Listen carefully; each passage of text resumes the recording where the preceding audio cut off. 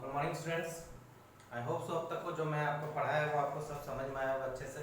ठीक है, तो अब तक हमने एवोगाड्रो लॉ नहीं पढ़ा है, बॉयल्स लॉ पढ़ लिया, चार्ल्स लॉ पढ़ लिया एंड गay-lussac लॉ पढ़ लिया। इसके हमने तीनों पार्ट, इसके मैथमेटिकल पार्ट, इसके न्यूमेरिकल पार्ट सब देख चुके हैं। ठीक है, तो let us continue our topic. Fourth है Avogadro hypothesis। Avogadro hypothesis। Avogadro hypothesis क्या होती है? एवोगाड्रो स्टेटमेंट क्या होता है? पहला पार्ट हमें स्टेटमेंट देखना है। अंडर द सिमिलर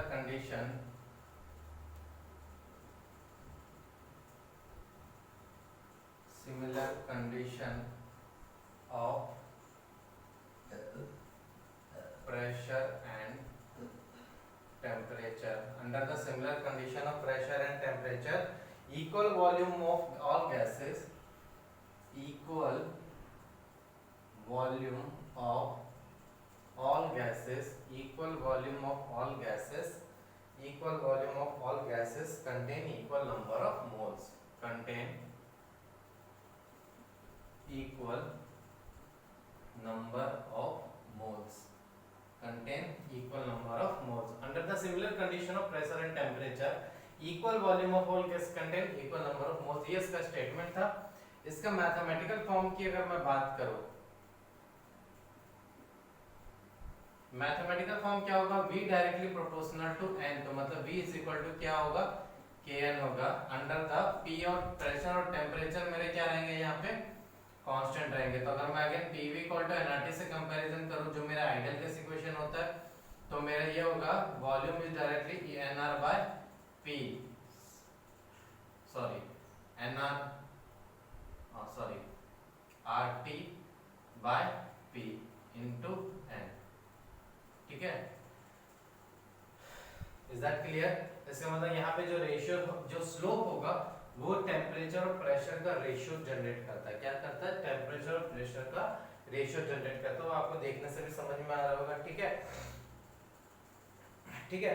अब जैसे एक बात मैं यहाँ से समझो एक बात को, कि जैसे मैंने अगर बोला कि दो, मान लो दो कंटेनर में, ये स्टेटमेंट में बहुत सारे क्वेश्चंस में पूछे जाते हैं, बहुत इंपॉर्टेंट स्टेटमेंट है, समझने की कोशिश करिए। कि मान लीजिए अगर आपके पास दो कंटेनर है, थोड़ा समझ आपको ऐसा समझो कि ये ब्लैक कंटेनर है, ब्लू कंटेनर है। इसमें ऐसा है कि भैया इसमें 10 मोल ऑक्सीजन है और इसमें 10 मोल ओजोन है। याद रखना, 10 मोल ऑक्सीजन है, 10 मोल ओजोन है। ओजोन का फॉर्मूला O3 होता है, ऑक्सीजन का फॉर्मूला ऑब्वियस सी बात है O2 होता है, जो हम सब जानते हैं। तो अगर मैं बोलूं क्या इनके नंबर ऑफ मॉलिक्यूल्स बराबर होंगे, तो आप बिल्कुल बोलेंगे यस, बिल्कुल बराबर होंगे। ठीक है, अगर इक्वल मोल्स है तो क्या इनके वॉल्यूम भी इक्वल होगा? अगर मैंने प्रेशर और टेम्परेचर कांस्टेंट रखा तो आपका आंसर यस, हाँ बिल्कुल होगा। क्यों? अभी हमने पढ़ा कि अगर टेम्परेचर और प्रेशर कांस्टेंट रखा जाए तो इक्वल मोल्स वाले हमेशा इक्वल वॉल्यूम कंटेन करते हैं। इसके मतलब दो कंटेनर का अगर आपका टेम्परेचर और प्रेशर सेम है तो जितना मोल्स होंगे, इससे अगर दोनों के मोल्स बराबर है, इसका मतलब वॉल्यूम भी दोनों का बराबर होगा। ये 100% बात श्योर है। ठीक है, तो अगर इसका मतलब यह है कि मोल्स बराबर है तो दोनों के मॉलिक्यूल बराबर होंगे। क्या दोनों के नंबर ऑफ एटम बराबर होंगे? नहीं, नंबर ऑफ एटम बराबर नहीं होगा। क्यों? क्योंकि नंबर ऑफ एटम को हमको निकालने के लिए, आपको याद होगा, हम पहले मोल्स निकालते हैं, मोल्स के बाद मॉलिक्यूल Na से मल्टीप्लाई करते हैं, और मॉलिक्यूल से एटम निकालने के लिए हम क्या करते हैं? एटॉमिसिटी से मल्टीप्लाई करते हैं, जो मैंने आपको बेसिक्स में भी बताया हुआ मोल कॉन्सेप्ट में। इसका मतलब ये हुआ कि ये श्योर है कि अगर मोल्स इक्वल है तो मॉलिक्यूल्स इक्वल होंगे और वॉल्यूम भी इक्वल होगा, बट उनके नंबर ऑफ एटम्स कभी भी इक्वल नहीं हो सकते, क्योंकि एटॉमिसिटी का हर मॉलिक्यूल का अपना एक एटॉमिसिटी होता है। तो जो भी नंबर ऑफ एटम होता है, नंबर ऑफ एटॉमिसिटी पे डिपेंड करता है। ठीक है, तो इसको मैं लिख देता हूं, इंपॉर्टेंट लाइन है काफी है। ठीक है, due to equal moles, due to equal moles, due to equal moles, molecules will always be equal, molecules will always be equal molecules will always equal, but atoms may or may not be, but atoms may or may not be, atoms may or may not be equal, may not be equal due to different atomicity, due to different atomicity। ठीक है, फिर वही statement, equal moles होंगे तो molecules 110% दोनों के equal होंगे, but atom कभी भी इक्वल नहीं होते क्योंकि एटम्स हमेशा एटमिसिटी पे डिपेंड करता है। तो देखो यहाँ पे एक बहुत इंपॉर्टेंट ये स्टेटमेंट है कि अगर परसेंटेज बाय वॉल्यूम आपको गैस का पता है, क्या पता है, परसेंटेज बाय वॉल्यूम। शायद आपको मैंने मोल कॉन्सेप्ट में कंसंट्रेशन टर्म बताया था, इस कंसंट्रेशन में वॉल्यूम डिपेंडेंट जो क्वांटिटी, आपको याद है मैंने कंसंट्रेशन टर्म को हम दो क्वांटिटी में रखते थे, एक मास डिपेंडेंट क्वांटिटी और एक वॉल्यूम डिपेंडेंट क्वांटिटी। तो वॉल्यूम डिपेंडेंट क्वांटिटी में पहला जो कंसंट्रेशन टर्म था वो था परसेंटेज बाय वॉल्यूम। तो वो परसेंटेज बाय वॉल्यूम बेटा यहाँ पे वही है, वही percentage by volume V by V percent. अगर आपको ये वॉल्यूम कंसंट्रेशन पता है गैस का, तो इसी को आप परसेंटेज बाय मोल्स भी बोल सकते हैं। और परसेंटेज बाय मोल्स, मोल्स का परसेंटेज नथिंग बट क्या होता है, मोल फ्रैक्शन होता है। क्या होता है, मोल फ्रैक्शन होता है। ठीक है, ये याद रखना, ये बहुत इंपॉर्टेंट फॉर्मूला बेटा, बहुत ज्यादा, जितना इंपॉर्टेंट बोलूं मैं उतना इंपॉर्टेंट है। लेकिन ये याद रखना, it is applicable only for gas, applicable only for gas, सिर्फ गैस के लिए एप्लीकेबल है। गैस का अगर कहीं percentage of percentage by volume पता है, इसका मतलब आपको उसका मोल फ्रैक्शन पता है। जैसे फॉर एग्जांपल मैं बोलूं कि आपके पास O2 का परसेंटेज 16% है, परसेंट बाय वॉल्यूम आपके पास ऑक्सीजन 16% है, इसका मतलब उसका मोल परसेंट कितना 16% है। और उसी को मैं बोल सकता हूं उसका मोल फ्रैक्शन कितना होगा 0.16, क्योंकि मोल फ्रैक्शन की वैल्यू हमेशा जीरो, फ्रैक्शन हमेशा क्या होता है 0 और 1 के बीच में रहता है। इसका मतलब ये हुआ बेटा कि जो मोल फ्रैक्शन, जो मोल परसेंटेज है वही उसका मोल फ्रैक्शन, मतलब 16% moles is nothing but 0.16 mole fraction of oxygen. Is that clear?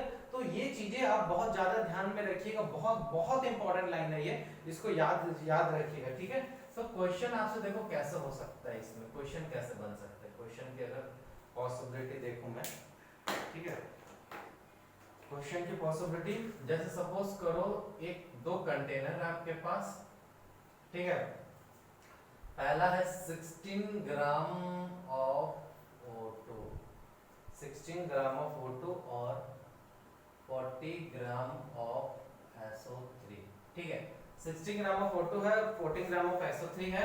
Question में बोला टेम्परेचर प्रेशर, भैया दोनों का मैंने क्या रखा, आपको कांस्टेंट रखा, ठीक है, टेम्परेचर प्रेशर बिल्कुल क्या रखा मैंने, कांस्टेंट रखा है। तो आपसे क्या पूछ रहा है, ए आपको बताना volume of O2 is greater than volume of SO3, B option दे रहा है volume of O2 is less than volume of SO3, C option दे रहा है volume of O2 is equal to volume of SO3, और D आपका option है can not determine. ठीक है, तो अब आप क्या कर सकते हो, देखो टेम्परेचर प्रेशर कांस्टेंट है, मतलब जो मोल्स होंगे वो इसका वॉल्यूम होगा, है ना। तो अगर मैं इसके मोल्स की बात करूं तो इसका 16/32 मतलब 1/2, ठीक है। इसकी बात करूं तो S का मोल्स हो जाएगा 40/80, तो अगेन इट इज 1/2। इसका मतलब दो सब्सटेंस, दो गैस के अगर मोल्स बराबर है और दोनों ही कांस्टेंट टेम्परेचर प्रेशर पे रखे हुए तो उनका वॉल्यूम भी बराबर होगा। इसका मतलब जो एवोगाड्रो लॉ हाइपोथेसिस एप्लीकेबल है यहाँ पे, ठीक है। सेकंड क्वेश्चन की अगर मैं बात करता हूँ, लेट्स से यहाँ पे क्वेश्चन मैंने चेंज कर दिया, अब मैंने क्वेश्चन दिया है X atom of O3, X atom of oxygen, चलो X atom of oxygen, oxygen किसका, O2 का, ठीक है, और इसमें है मेरा X एटम ऑफ ऑक्सीजन, ये भी X एटम ऑफ ऑक्सीजन है, लेकिन ये फ्रॉम O3। यहाँ पे O2 का एटम है, ऑक्सीजन ऑब्वियस बात है, ऑक्सीजन O2 किससे बना हुआ, ऑक्सीजन एटम से बना हुआ, इसमें भी X एटम है, लेकिन ये O2 का ऑक्सीजन एटम है, ये O3 का ऑक्सीजन एटम है। आपको अगेन यहाँ पे क्या करना है, प्रेशर टेम्परेचर मैंने सेम रख दिया भैया, दोनों का PT है, आपको अगेन ये बताना है कि volume of O2 is greater than volume of O3। Second option है volume of O2 is less than volume of O3। Third option है volume of O2 is equal to volume of O3। और fourth option है can not determine. Fourth option आपका can not determine. तो कर सकते हैं हम बिल्कुल, ठीक है। मेरे अकॉर्डिंग तो आप पहले पॉज करिए, उसके बाद क्वेश्चन अटेम्प्ट करिए, ठीक है। अगर आपको, मैं इतना मान के चल रहा हूँ कि आपका क्वेश्चन हो चुका होगा, तो देखो अगर किसी बच्चे ने ये वाला ऑप्शन टिक किया है डायरेक्ट, तो मैं बोल देता हूँ कि सरासर गलत आंसर आपका। क्यों? बच्चा ने देखो भैया एक्स एटम ऑक्सीजन है, इसके भी एक्स एटम दोनों बराबर है, इसका मतलब वॉल्यूम भी बराबर होगा। नहीं होता, ऐसा जनरली होता नहीं, क्योंकि देखो स्टेटमेंट बहुत ध्यान से समझा करो। बोलता क्या है कि भैया equal moles contain equal volume. तो पहले आपको एटम को किस में कन्वर्ट करना पड़ेगा? मोल्स में कन्वर्ट करना पड़ेगा। देखो मैं ऐसे क्वेश्चन क्यों कराता हूँ, ये ऐसे क्वेश्चन फंसाने वाले क्वेश्चन जेई में हमेशा या नीट में हमेशा वो ऐसे क्वेश्चन डालता है कि बच्चा जानबूझ हड़बड़ी में गलती करे। हालांकि क्वेश्चन में कोई दम नहीं है ये 1 मिनट का ही क्वेश्चन, लेकिन आपको बहुत ज्यादा ध्यान से समझना पड़ेगा। तो इसमें क्या करना पड़ेगा, इसको पहले मॉलिक्यूल में कन्वर्ट कर दिया x/Na, ठीक है, सॉरी x/2, इसको मैंने किस में कन्वर्ट कर दिया? मॉलिक्यूल में। और फिर मैंने क्या कर दिया? Na से डिवाइड कर दिया, तो ये मेरा क्या हो गया? मोल्स हो गया। इसमें भी क्या करूंगा, इसमें भी x/3 मॉलिक्यूल हो गए और डिवाइडेड बाय Na। ये सब चीज हमने पहले मोल कॉन्सेप्ट में किया हुआ, एटम से मॉलिक्यूल, मॉलिक्यूल से मोल्स। तो ये मेरा अब देखो x/2n और x/3n, ऑब्वियस सी बात है, इसका डिनोमिनेटर बड़ा है तो ये फ्रैक्शन छोटा आएगा। ये फ्रैक्शन छोटा आएगा तो मतलब ये मोल्स छोटा होगा, मतलब ऑक्सीजन का वॉल्यूम ज्यादा होगा ओजोन से, मतलब इसका वॉल्यूम हमेशा इससे ज्यादा होगा। चलो ठीक है, यहाँ तक आपको क्वेश्चन समझ में आ गया होगा, ठीक है। नेक्स्ट है हमारे एक कंडीशन होती है STP, जिसको हम बोलते हैं स्टैंडर्ड टेम्परेचर प्रेशर, ठीक है, या इसी को बोला जाता है और NTP भी इसको बोलते हैं। NTP का मतलब होता है नॉर्मल टेम्परेचर प्रेशर। ये कंडीशन होती है जिसमें टेम्परेचर 0 डिग्री सेल्सियस लिया जाता है या 273 केल्विन लिया जाता है और प्रेशर हमेशा क्या लिया जाता है? 1 atm। ये आपको हालांकि मैंने मूल कॉन्सेप्ट में भी समझाया हुआ है, ठीक है, कि 273 केल्विन या 0 डिग्री सेल्सियस या प्रेशर 1 atm होता है, ठीक है। और टेम्परेचर और प्रेशर इतना है तो वॉल्यूम, तो फॉर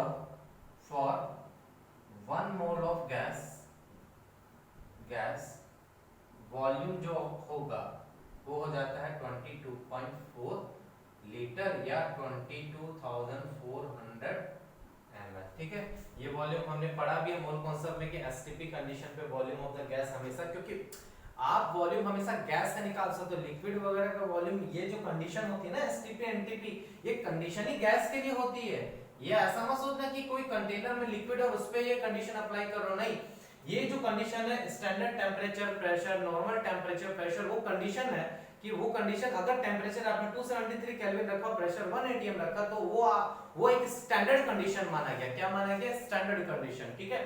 तो वो स्टैंडर्ड कंडीशन अगर आपने रखा तो जो कोई भी किसी भी गैस का अगर मोल 1 है, किसी भी गैस का मोल 1 है, तो उसका वॉल्यूम हमेशा 22.4 लीटर आएगा। And this is experimental calculated value, इससे ना ज्यादा हो सकता ना इससे कम हो सकता, हमेशा एग्जैक्ट इस टेम्परेचर प्रेशर पे फॉर 1 मोल ऑफ गैस, याद रखना 1 मोल ऑफ गैस के लिए वॉल्यूम हमेशा इतना ही रहेगा, ठीक है। Is that clear? ये कंडीशन आपको मैंने हालांकि मोल कॉन्सेप्ट में बताई थी, बट ठीक है, रिवीजन के तौर पे हमने यहाँ पे भी कर लिया, ठीक है। अब यहाँ पे एक क्वेश्चन मैं दे रहा हूँ, समझो, ठीक है। मान लो क्वेश्चन ये है, क्वेश्चन कुछ इस तरीके से है, 80 ग्राम ऑफ CH4 और 220 gram of CO2, 80 gram of CH4 और 220 ग्राम ऑफ CO2, ठीक है। दोनों को मैंने STP कंडीशन पे रखा है। किस कंडीशन पे? STP, मतलब इस कंटेनर का भी टेम्परेचर 273 केल्विन है और इसका भी 273 केल्विन, इसका भी प्रेशर 1 atm और इसका भी प्रेशर 1 atm। देखो हालांकि जो एसटीपी कंडीशन पे जो प्रेशर हम 1 atm लेते हैं, एक्चुअली अब आईपीएस ने इसको चेंज कर दिया, अब एक्चुअली 1 बार लेते हैं, ठीक है। बट क्या है, अभी तक एनसीईआरटी ने उसको अपडेट नहीं किया, ठीक है। मैं फिर से बोल रहा हूँ, दो बातें इसमें यहाँ पे अलग अलग होती है, ठीक है। वो बातें क्या है, देखो यहाँ पे पहली बात तो ये है कि अब जो आईयूपीएसी का जो लेटेस्ट वर्जन है उसमें जो एसटीपी की कंडीशन मानी गई है वो टेम्परेचर 1 बार है, ना कि 1 एटीएम है। अब ये पता नहीं, आई डोंट नो एनसीईआरटी कब इसको अपडेट करेगा, बट आप फिर भी याद रखें इन चीजों को। हाँ, लेकिन अभी आप क्वेश्चन में 1 एटीएम मान के चलो, एसटीपी में 1 एटीएम मान के, जो मान लो कभी कोई पूछ लिया लेटेस्ट वर्जन में कि भैया प्रेशर कितना है, तब आप बोलेगे 1 बार है सर, ठीक है, बट फिलहाल तो चलेगा ऐसे। एक और कंडीशन होता है एसएटीपी। एसएटीपी मतलब होता है स्टैंडर्ड एम्बिएंट टेम्परेचर प्रेशर, तो उसका भी चीजें अलग हो जाती है, ठीक है। तो चलो इसका भी हम एक देखेंगे, बट फिलहाल के लिए कंडीशन देखते हैं। तो इसमें अगर आपसे वही बोल रहा है कि इसके वॉल्यूम का कंपैरिजन करना बताइए, तो देखो इसका मोल्स कितना हो जाएगा 80/16, तो ये हो जाएगा 5, और ये 220 डिवाइडेड बाय 44, तो ये भी हो जाएगा 5। देन मैं बोल सकता हूं volume of O2 is equal to volume of CO2, मैं बोल सकता हूं दोनों के मोल्स बराबर भैया। टाइम देखो एसटीपी वर्ड सिंपल सा ये है, उसने एक नाम दे दिया भैया, अगर टेम्परेचर इतना है प्रेशर इतना है तो ये कंडीशन हमारी स्टैंडर्ड कंडीशन है, समझ रहे बात, तो ये मेरा स्टैंडर्ड कंडीशन है। स्टैंडर्ड कंडीशन आईयूपीएसी द्वारा दिया गया ये कंडीशन है कि आपने किसी भी कंटेनर का ये टेम्परेचर ये प्रेशर रखते हो तो ये उसका स्टैंडर्ड कंडीशन माना जाता है, उसी को हम एसटीपी बोलते हैं, जिसमें अगर गैस का मोल्स 1 है और टेम्परेचर प्रेशर आपने तो वॉल्यूम हमेशा 22.4 लीटर आता है, ठीक है। Is that clear? तो यहाँ पे एक तो मोल्स निकालने का मेरे पास एक और formula, volume of gas divided by 22.4। आप इससे भी वॉल्यूम, इससे भी आप मोल्स निकाल सकते हैं, ठीक है। चलो अब हम बात बढ़ते हैं नेक्स्ट क्वेश्चन की, नेक्स्ट की तरफ, equation of state. Equation of state, अब इक्वेशन ऑफ स्टेट क्या कहता है, देखो ऐसा इक्वेशन जो मुझे रिप्रेजेंट करे गैस के प्रेशर वॉल्यूम और टेम्परेचर का, वो इक्वेशन जो मुझे गैस के प्रेशर वॉल्यूम और टेम्परेचर के बीच में रिलेशनशिप देता है उसको हम इक्वेशन ऑफ स्टेट कहते हैं। तो equation which represent relationship between, equation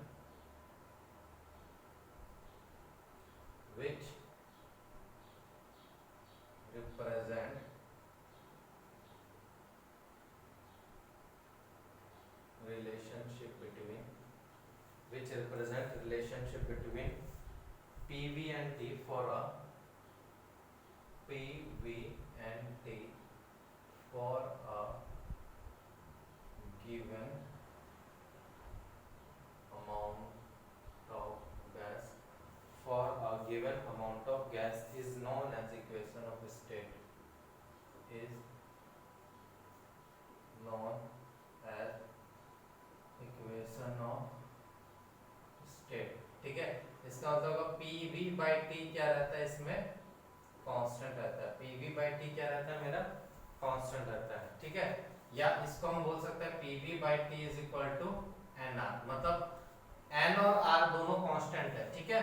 तो ये K के बराबर भी माना जा सकता है, ठीक है, इसको मैं K के बराबर मानता हूँ, ठीक है।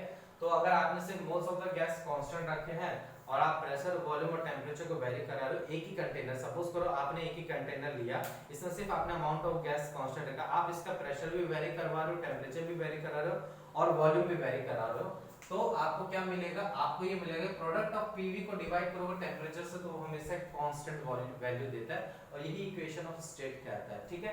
इसका मतलब ये होगा कि P1 V1 by T1 is equal to क्या होगा, P2 V2 by T2। Is that clear? So this is your equation of state, P1 V1 by T1 is equal to P2 V2 by T2। चलो ठीक है, एक question करते हैं इसके ऊपर, बेटर है। Volume of A gas at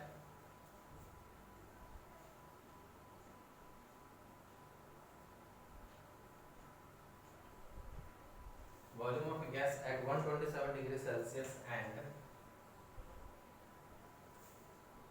570 mm of Hg, 570 mm of Hg, pressure is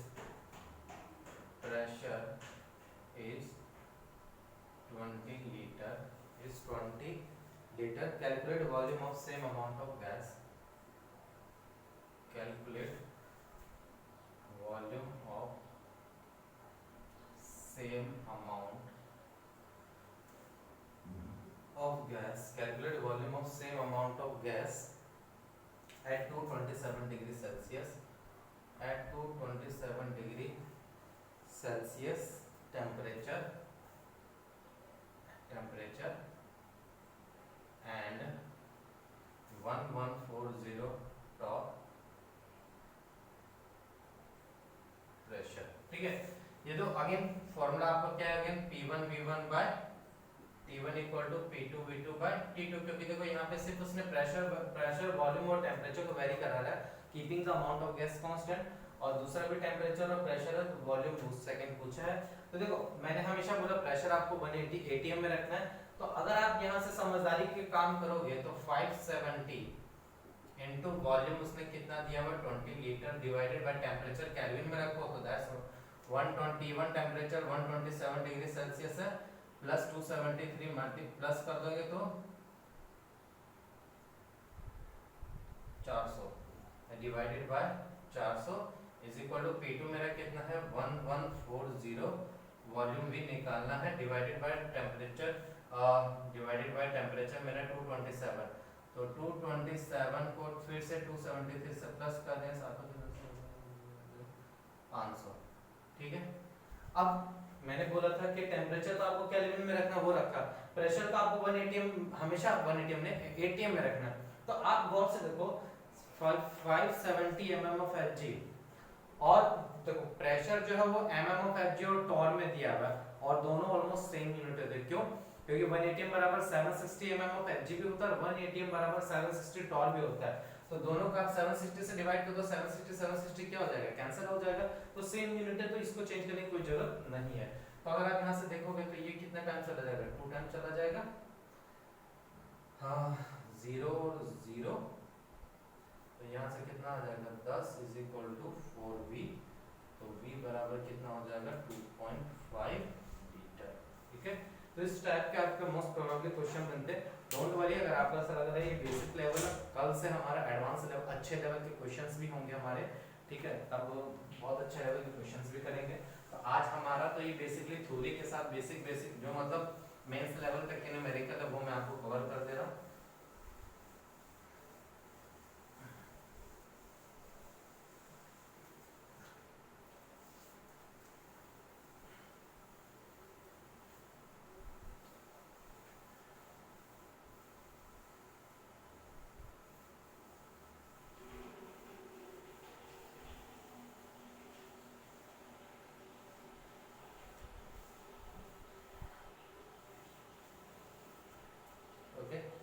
now ठीक है, नेक्स्ट है ideal gas equation.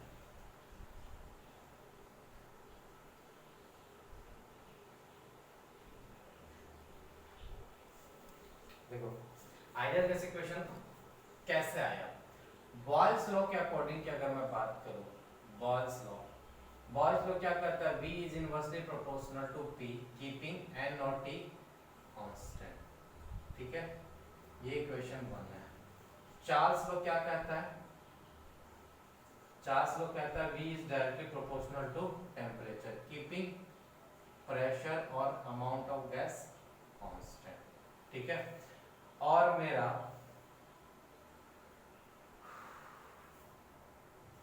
Avogadro hypothesis,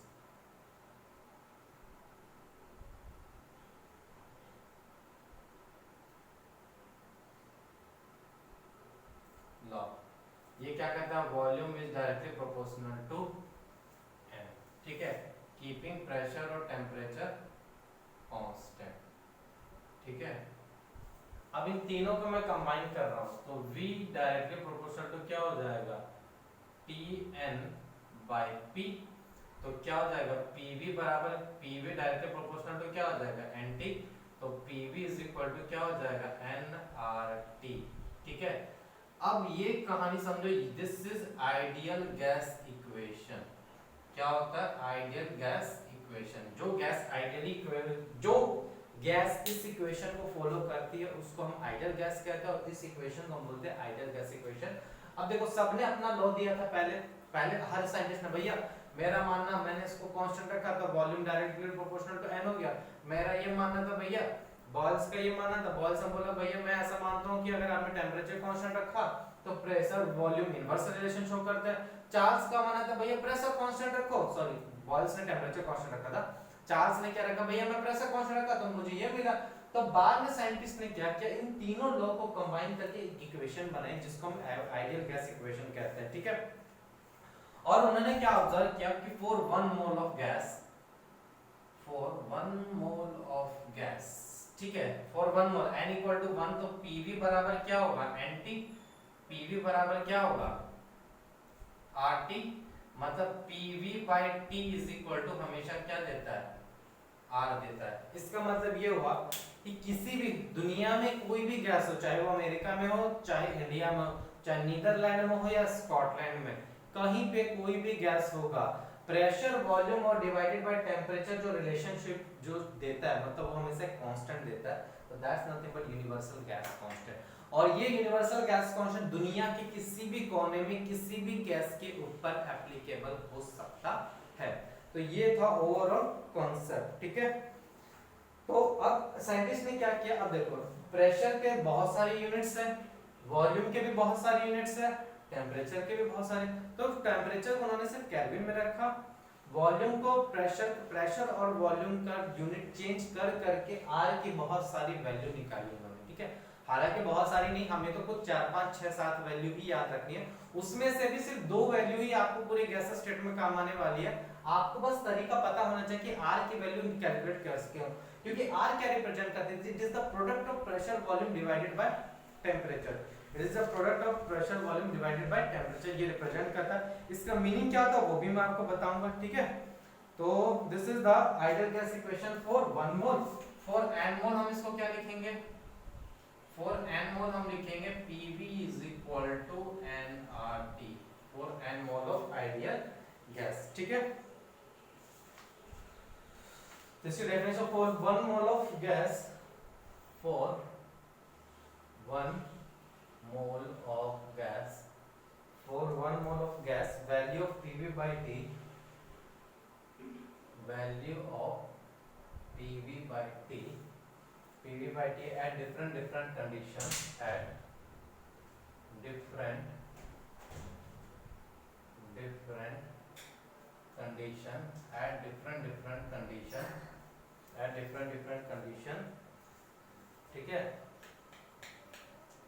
at different value of PV by T, and it is equal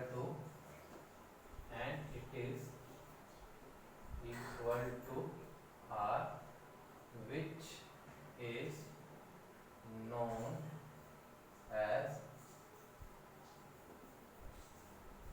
universal gas constant। इसी को हम क्या बोलते हैं, universal gas constant भी बोलते हैं, ठीक है। और ये एक्सपेरिमेंटल है बेटा, ठीक है, दिस इज एक्सपेरिमेंटल। तो 1 मोल के लिए डिफरेंट कंडीशन पे रखी गई, तो जो भी वैल्यू आ रही थी वो r के बराबर आ रही थी, और इसी उस कांस्टेंट को उन्होंने क्या नाम दिया, यूनिवर्सल गैस कांस्टेंट। अब इसका मतलब क्या होता है, सिग्निफिकेंस ऑफ r, ये देखो इंपॉर्टेंट है थोड़ा, सिग्निफिकेंस ऑफ r जेईई में एक बार पूछ चुका है कि आखिर इसका मतलब क्या होता है, ठीक है, जेईई में एक बार क्वेश्चन आया हुआ था, तो समझो इसका मतलब क्या होता है। देखो PV by NT बराबर क्या होगा, R होगा, PV इक्वल टू nRT, तो NT नीचे आ गया मेरा, समझना बात को थोड़ा, ठीक है। तो अगर मैं R की बात करूं तो प्रेशर मेरा क्या हो जाएगा, न्यूटन पर मीटर स्क्वायर, ठीक है। वॉल्यूम मेरा क्या है, मीटर क्यूब ले लेता हूं मैं वॉल्यूम को, मोल तो एज इट इज भैया मोल है पर केल्विन, ठीक है। तो metre square metre cube cancel हो जाएगा, ऊपर में क्या देगा, newton metre mole kelvin. Newton metre किसका यूनिट होता है, न्यूटन मीटर होता है मेरा वर्क डन का, न्यूटन मीटर क्या होता है मेरा, वर्क डन का, बाय मोल केल्विन। इस R का मतलब ये होता है भैया, 1 मोल अगर 1 डिग्री केल्विन से जो वर्क डन करता है और वो जो वैल्यू मुझे मिलती है वो R होता है। R मतलब क्या होता है, R उस वैल्यू का सिग्निफाई करता है कि जो वर्क डन कर रहा है गैस मेरा 1 डिग्री, 1 मतलब कोई मोल 1 केल्विन से टेम्परेचर बढ़ाने के लिए जो वर्क डन होता है वही मेरी R का सिग्निफिकेंस होता है, वही R का मतलब होता है। 8 पॉइंट, जैसे बहुत सारी वैल्यू, इसका मतलब क्या भाई, उतना वर्क गैस किया है, उतना amount of work, 1 mole 1 kelvin बढ़ाने के लिए उतना अमाउंट ऑफ वर्क वो कर रहा है, जो भी R की वैल्यू आती है। R की बहुत सारी वैल्यू, तो एक एक करके हम देखेंगे इनको एक एक चीज से, ठीक है। तो अब बात करते हैं वैल्यू ऑफ R के बारे में। ठीक है, वैल्यू ऑफ आर, ठीक है। तो पहले मैं लिख देता हूँ since R is a universal gas constant, since R is a universal gas constant, so its value calculate, so its value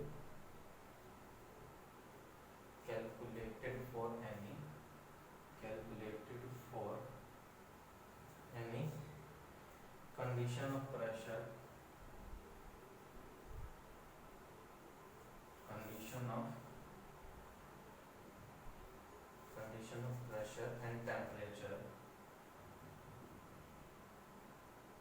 and temperature will give a constant value, will give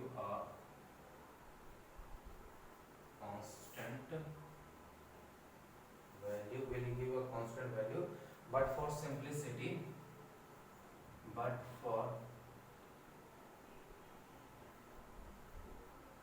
simplicity, its value is always calculated, its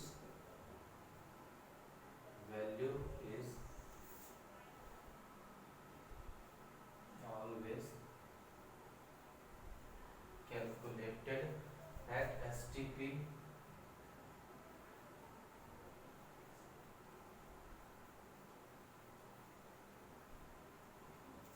ठीक है।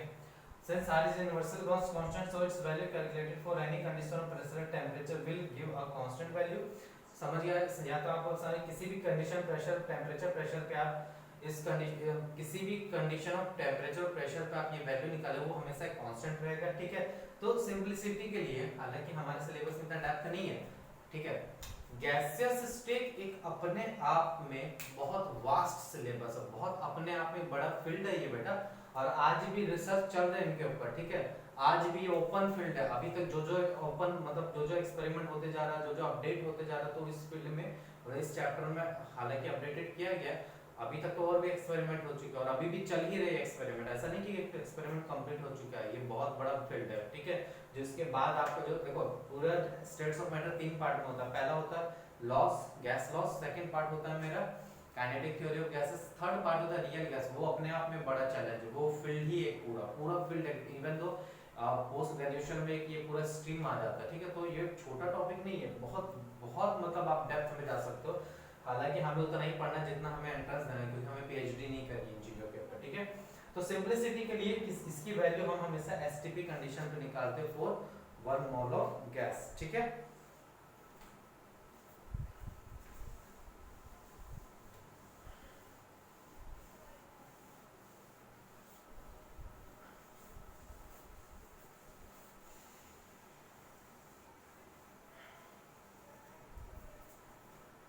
Due to different value of Pn, due to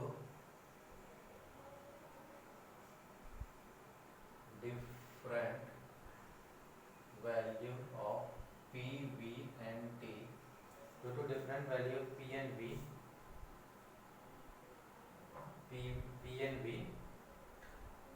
in different system, in different system R has different value, ठीक है। देखो pressure, क्योंकि मैंने आपको अभी बोला था टेम्परेचर तो आपको केल्विन में लेना है, R की वैल्यू हमेशा 1 मोल के लिए कैलकुलेट होती है, इसका मतलब प्रेशर और वॉल्यूम का डिफरेंट यूनिट होने की वजह से R की वैल्यू भी क्या हो जाता है, चेंज हो जाता है। जैसे फॉर एग्जांपल में जैसे पहला है, जैसे मैंने लीटर लिया, प्रेशर एटीएम लिया पर मोल केल्विन, इसमें देखो ये नीचे वाला पार्ट में कोई चेंज नहीं, मोल तो मोल रखें क्योंकि मोल अपने आप में यूनिट लेस क्वांटिटी है, और टेम्परेचर आपको हमेशा क्या रखना है, केल्विन में। तो प्रेशर आप कितना लोगे, 1 एटीएम लोगे, टेम्परेचर कितना लोगे, 273 केल्विन, क्योंकि अभी मैंने बताया एसटीपी कंडीशन में हमेशा निकालते हैं, कितने में निकालते हैं एसटीपी कंडीशन में। तो इस कंडीशन पे वॉल्यूम हमेशा कितना होता है, 22.4, तो R की वैल्यू आप करोगे PV/T के बराबर, तो 1 * 273/22.4, ठीक है। तो जब आप इसको डिवाइड करोगे तो ये हो जाता है 0.0821 लीटर एटीएम पर मोल केल्विन। ये वैल्यू आपको याद रखनी है बेटा, आर की वैल्यू 0.0821 लीटर एटीएम पर मोल केल्विन। तो ये आपको याद रखना है बेटा, ये बहुत इंपॉर्टेंट है। ये वैल्यू देखो, मैं बार बार बोल रहा हूँ, ये वैल्यू आपको क्वेश्चन में गिवन नहीं हो तो आर की वैल्यू आपको याद रखनी पड़ेगी, ठीक है। सेकंड यूनिट है, अगर मान लो मेरा मन हो रहा मैं लीटर एटीएम नहीं लूंगा, मैं जैसे एक और जैसा होता है जूल पर मोल केल्विन, जूल पर मोल केल्विन, जूल पर मोल केल्विन में इसकी क्या यूनिट होती है, ठीक है। जूल पर मोल, जैसे आपको एन तो मेरा एज इट इज 1 रहेगा, प्रेशर मेरा हो जाएगा 1, प्रेशर मैं जो ले लूंगा 1.101.325 न्यूटन पर मीटर स्क्वायर। वॉल्यूम अगेन मेरा 1022.4 into 10⁻³ metre cube. Temperature as usual 273 kelvin. तो R की वैल्यू जो होगी PV/T, तो ये जो होगी 101.325 newton metre square into 22.4 into 10⁻³ metre cube divided by 1 into 273। तो न्यूटन मीटर क्या होता है, एक तरीके का वर्क डन मतलब एनर्जी, और इसको हम जूल भी कह सकते हैं, ठीक है। तो ये एग्जैक्टली वैल्यू जो आती है, आर की वैल्यू आती है 8.314 जूल पर मोल केल्विन, जूल पर मोल केल्विन। एक तो ये वैल्यू मैक्सिमम 90% केसेस में पूरे स्टेट ऑफ मैटर में आपको आर की वैल्यू यही रखनी है। ये वैल्यू सिर्फ और सिर्फ आप एनर्जी टर्म के लिए यूज करोगे। ये जो वैल्यू होगा सिर्फ और सिर्फ एनर्जी से रिलेटेड टर्म, एनर्जी और वेलोसिटी से रिलेटेड। ये जो वैल्यू क्योंकि जूल किसकी यूनिट होती है, एनर्जी वगैरह की यूनिट होती है। न्यूटन मीटर मतलब work is nothing but energy, और एनर्जी एंड या इसलिए आर कभी भी एनर्जी के टर्म में हमेशा आर की वैल्यू जो यूज होती है वो 8.314 एंड, और वेलोसिटी के टर्म में भी आप आर की वैल्यू क्या यूज करोगे, 8.314 ही यूज करोगे, ठीक है। हालांकि ये तो मेरे दो बेसिक्स थे, ठीक है। आपको होने में तो यूनिट बहुत सारी हो सकती है, तो आपसे कभी कभी यूनिट भी करवा सकता है, पूछवा सकता है। तो कभी कभी आपको यूनिट नहीं देगा तो आपको खुद कैलकुलेट करना पड़ेगा अच्छे लेवल के प्रॉब्लम में। लेकिन जनरली देखो 99.9% केसेस में आर की वैल्यू वो देता है, अगर दूसरे यूनिट में रही तो, ठीक है। जैसे फॉर एग्जांपल मैं बात करूं,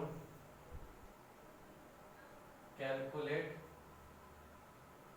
वैल्यू ऑफ आर इन, पहला है कैलोरी पर मोल केल्विन, सेकंड उसने पूछा है अर्ग पर मोल केल्विन, अर्ग पर मोल केल्विन, और थर्ड उसने जो पूछा है centimetre of Hg, centimetre of Hg ml पर मोल केल्विन। मतलब प्रेशर का यूनिट सेंटीमीटर ऑफ Hg ले लिया, वॉल्यूम ml ले लिया, तो आर की वैल्यू क्या होगी। तो अगेन सब में फंडे एक ही है, फंडा कुछ चेंज नहीं करने वाला, ठीक है। तो आपको पता है देखो 1 कैलोरी बराबर कितना होता है, 4.18 जूल होता है। ये देखो मैं मान के चलो आपने यूनिट डायमेंशन बहुत अच्छे से पढ़ा और आपको याद है, ठीक है। मैं इतना समझ के चलो ये बेसिक चीजें सबको आता है, तो ये सब आप, मैं इतना मान के चलता हूँ कि आपको ये सब पता है, ठीक है। तो 1 जूल बराबर कितना हो जाएगा, 1 जूल बराबर हो जाएगा 1/4.18 कैलोरी हो जाएगा, ठीक है। तो आर की वैल्यू मुझे कितनी थी, अगर मुझे किसमें कन्वर्ट करना है, 8.314 को डिवाइड कर दो 4.18, तो ये कैलोरी में कन्वर्ट हो जाएगा। क्योंकि मुझे किस में निकालना था, जूल, मुझे कैलोरी में निकालना था, जूल में मुझे वैल्यू पता थी 8.314 को मैं डिवाइड कर दूंगा 4.18 से, तो वो वैल्यू किस में कन्वर्ट हो जाएगी, कैलोरी में। तो ये जो आर की वैल्यू आती है, ये आती है 2 कैलोरी पर मोल केल्विन। तो बस ये आपके तीन ही मेजर इंपॉर्टेंट है, आर की जो वैल्यू है, यही तीन इंपॉर्टेंट में आपका पूरा सिलेबस खत्म हो जाता है।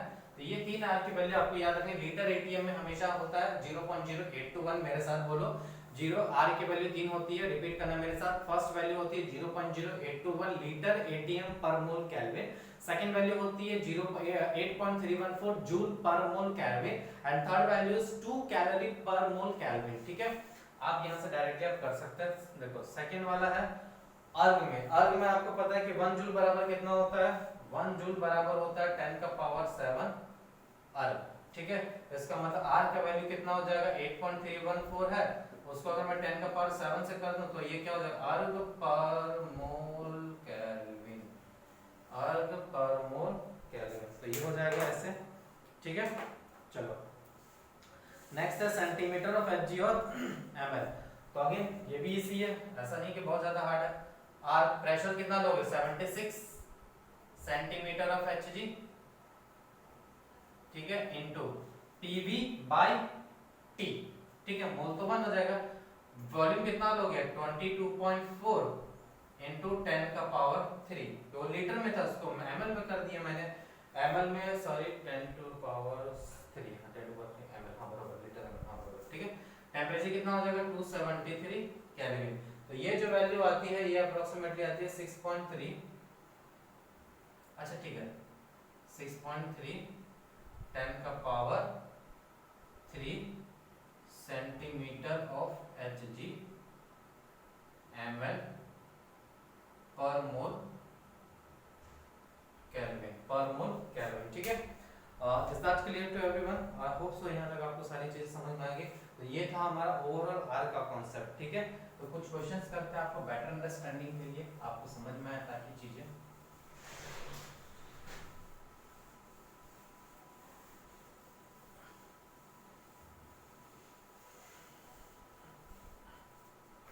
ठीक है। क्वेश्चन है कैलकुलेट प्रेशर, कैलकुलेट प्रेशर, देखो एक कॉन्सेप्ट मैं यहाँ पे दे रहा हूँ प्रेशर से। अभी फिलहाल जो हम प्रेशर मान के चल रहे हैं वो प्रेशर है गैस के द्वारा, भैया गैस के तो रैंडम मोशन में रहता है, तो बार बार कोलाइड करेगा वॉल कंटेनर वॉल के ऊपर, तो फोर्स एग्जर्ट करना, फोर्स पर यूनिट एरिया को प्रेशर मानते हैं। एक तो प्रेशर दबाव की वजह से होता है, ठीक है, एक प्रेशर यहाँ पे जो कोलिजन की वजह से वॉल कंटेनर के मतलब जो गैस मॉलिक्यूल वो कंटेनर से वॉल ऑफ द कंटेनर से कोलाइड कर रहा है, इस वजह से वो प्रेशर एग्जर्ट हो रहा है। एक प्रेशर और होता है because of the height, height की वजह से भी प्रेशर लगता है, वो प्रेशर क्या होता है वो मैं बैरोमीटर में बताऊंगा, ठीक है। तो बहुत सारे आपने Narendra, please please please it's my request, Narendra Awasthi खरीद के रखिए और उनको सॉल्व करते रहिए, ठीक है, क्योंकि इसमें बहुत अच्छे लेवल के प्रॉब्लम दिए हुए हैं, ठीक है। तो चलो क्वेश्चन है calculate pressure exerted by 48 gram of oxygen gas of oxygen gas of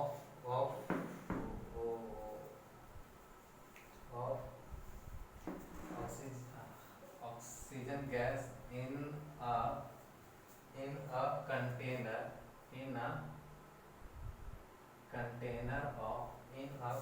container of volume 8 liter at 27 degree Celsius, R की वैल्यू 0.08 ले सकते। देखो अब यहाँ पे मैं आपको शॉर्टकट बताता हूँ, न्यूमेरिकल में आपको पूरा नहीं लेना, R की वैल्यू या तो आप 0.08 लोगे या तो आप इसको कर सकते हो 1/12, 1/12 भी ले सकते हो, 0.08 भी ले सकते हो, और न्यूमेरिकल में आप या तो 8.3 लो या 25/3 लो, that choice is your, depends. अगर क्वेश्चन आसान करना तो 25/3 भी ले सकते हो या 8.3 लो या उधर 0.08 लो। तो यहाँ पे मैंने आपको दे दिया 0.08 से आप सॉल्व करके आप निकाल सकते हो आंसर, ऐसा कुछ नहीं है, ठीक है। तो चलो क्वेश्चन क्या है, calculate pressure exerted by 48 gram of oxygen gas in a container of volume 8 litre at 27 degree Celsius, मतलब PV equal to nRT direct apply करना है हमें, प्रेशर निकालना है, वॉल्यूम ऑफ कितना दिया हुआ है 8 लीटर दिया हुआ है, मोल्स ऑफ द गैस मतलब 48 डिवाइडेड बाय ऑक्सीजन मतलब 32 इनटू R की वैल्यू 0.08 और टेंपरेचर मेरा हो जाएगा 300, 0.08 और 300 क्या हो जाएगा कैंसिल हो जाएगा, 6 3 जा और ये 2 जा, 8 और 8 कैंसिल, तो प्रेशर हमारा कितना आ रहा है 4.5 atm, ठीक है। आसान क्वेश्चन है, फॉर्मूला बेस्ड है, कर सकते हैं बिल्कुल, ठीक है। चलो इसी बात पे एक और क्वेश्चन करते हैं। सेकंड क्वेश्चन है, लेकिन मैं बात कर रहा हूँ प्लीज आप पहले पॉज करिए, खुद से अटेम्प्ट करिए, उसके बाद सॉल्यूशन देखिए, ठीक है। नेक्स्ट क्वेश्चन है 12 gram of an unknown gas, 12 gram of an unknown gas, 12 gram of an unknown gas exerts 2 atm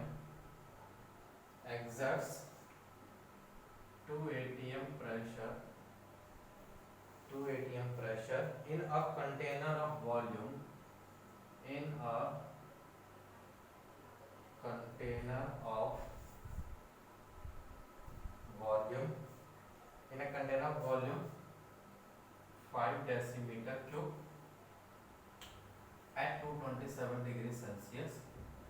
अच्छा एक बात और, कभी भी आप अगर ये इक्वेशन यूज कर रहे हो ना, कभी भी किसी भी प्रॉब्लम में अगर ये इक्वेशन यूज करते हो तो प्रेशर हमेशा एटीएम में, वॉल्यूम हमेशा लीटर में, टेम्परेचर हमेशा केल्विन में, ये आप दिमाग में बैठा लो ताकि आपको आर में कंफ्यूजन नहीं होगा। आर की वैल्यू 8.314 आपको यहाँ यूज नहीं करनी है। इस इक्वेशन में कभी भी आर की वैल्यू 8.314 यूज नहीं होगा, नहीं दिमाग में याद रखो। नॉर्मल कंडीशन में कभी भी हम आर की वैल्यू इस इक्वेशन के लिए यूज नहीं करेंगे। 90 या 99% केस के लिए हम हमेशा आर के इस इक्वेशन में हमेशा आर की वैल्यू 0.0821 लेंगे। आर की वैल्यू 8.314 कहां लेनी है मैं आपको आगे बताऊंगा, बट फिलहाल के लिए याद रखिए आपको आर की वैल्यू 0.0821 लेनी है, 0.08 न्यूमेरिकल पर्पस के लिए, ठीक है। Calculate molar mass of unknown gas, calculate molar mass of an unknown gas, ठीक है। तो 12 ग्राम अननोन गैस है, 2 एटम प्रेशर एग्जर्ट कर रहा है, वॉल्यूम इतना है, टेम्परेचर उतना है। देखो 5 डेसीमीटर क्यूब वॉल्यूम को लीटर में आपको क्या करना पड़ेगा, कन्वर्ट करना पड़ेगा। तो कुछ नहीं, तो डेसीमीटर क्यूब और लीटर एक यूनिट होती है। प्रेशर 2 एटीएम है, 2 × 5 क्योंकि 1 लीटर बराबर 1 डेसीमीटर क्यूब होता है, याद होगा आपको यहाँ पर, ठीक है।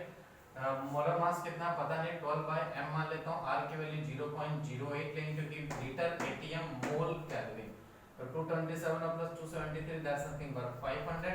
यहाँ से आप मुझे m की वैल्यू कैलकुलेट करके बताओगे, ठीक है। चलो ठीक है, नेक्स्ट क्वेश्चन है, जेई में क्वेश्चन आया हुआ है, ठीक है। जेई का रिपीटेड क्वेश्चन एम्स में आया था, सेम पैटर्न का क्वेश्चन था। 12 gram of A gas, 12 gram of A gas जिसका मोलर मास दिया हुआ है 120, exerts a pressure of 1 atm, exerts a pressure of 1 atm at T degree Celsius, at T degree Celsius, then temperature increases by, then temperature increases by 10 degree Celsius, 10 degree Celsius, ठीक है। Pressure increases by 10%, pressure increases by 10%। Calculate value of, calculate value of Vn, ठीक है। तो आप इसको बताना है, 1 minute आप करिए, उतारिए, इसको सॉल्व करिए तब तक।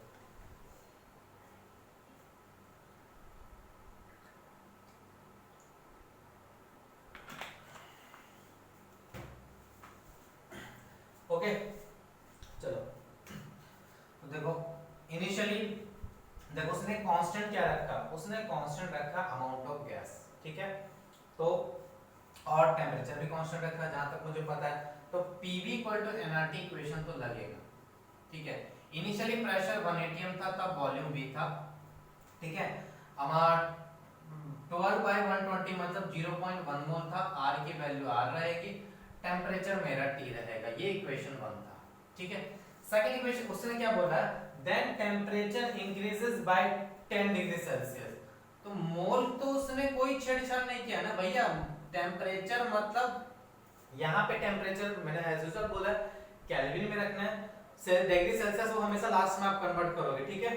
तो मैंने T डिग्री माना, T केल्विन माना, तो T था और 10 से, क्योंकि मैंने कल भी आपको बताया था कि डिग्री सेल्सियस में जो चेंज होता है वो केल्विन में भी उतना, मतलब आप सॉरी क्या बोल रहा हूँ मैं भी, आप ऐसा बोल सकते हो कि जो चेंज इन टेम्परेचर रहता है वो हमेशा कांस्टेंट रहता है, चाहे वो डिग्री सेल्सियस में हो या केल्विन हो। तो 1 डिग्री सेल्सियस बराबर जो चेंज इन 1 डिग्री सेल्सियस होता है वो चेंज इन 1 केल्विन के बराबर होता है। इसका मतलब टेम्परेचर T यहाँ पे केल्विन में तो T + 10 डिग्री से बढ़ा तो प्रेशर 0 मतलब 10% से बढ़ा प्रेशर, मतलब 1 था तो 0 अब 1.1 हो गया, बढ़ रहा है ना, तो 1 का 10% होता है 0.1, उतना बढ़ा मतलब उतना ऐड हो गया। वॉल्यूम अगेन मेरा सेम है, ठीक है।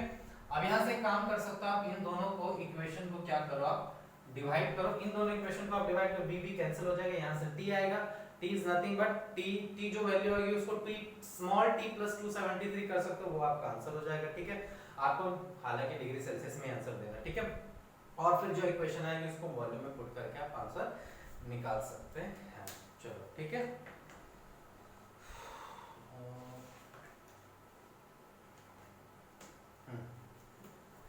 चलो ठीक है, तो आज के लिए इतना काफी है, बाकी चीजें हम कल नेक्स्ट क्लास में करते हैं, ठीक है। और कल से और इम्पोर्टेंट टॉपिक रहेगा, कल थोड़ा अच्छा हाई लेवल पे जाएगा और आपको मोस्ट प्रोबेबली शीट दे दी जाएगी, उसको प्लीज सॉल्व करिए और बताइए। Thank you very much.